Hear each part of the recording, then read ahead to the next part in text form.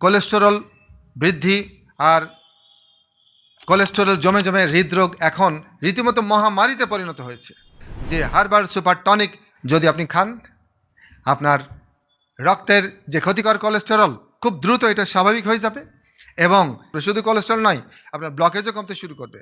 Herbal super tonic প্রতিদিন খালি পেটে 2 টেবিল চামচ পরিমাণ হার্বাল সুপার টনিক খালি পেটে খেয়ে ফেলুন। 2 টেবিল চামচ অর্থাৎ 6 চা চামচ। কতদিন খাবেন? যদি শুধু আপনার কোলেস্টেরল বেশি থাকে তাহলে একটানা 2 মাস খান।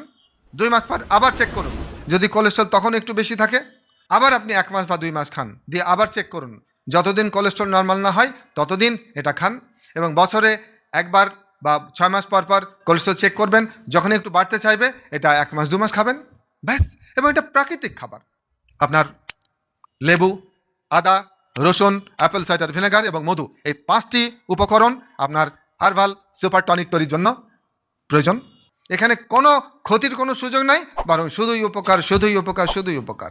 2টি বছর যদি আপনি নিয়মিত হার্বাল সুপার টনিক খান, সাথে ভেগান ডায়েট এবং তেল ছাড়া খাবার, 2 বছর পর আবার এনজিওগ্রাম করুন, আপনি দেখবেন আপনার সেই ব্লক ক্লিয়ার হয়ে গেছে, ধমনী পরিষ্কার হয়ে গেছে।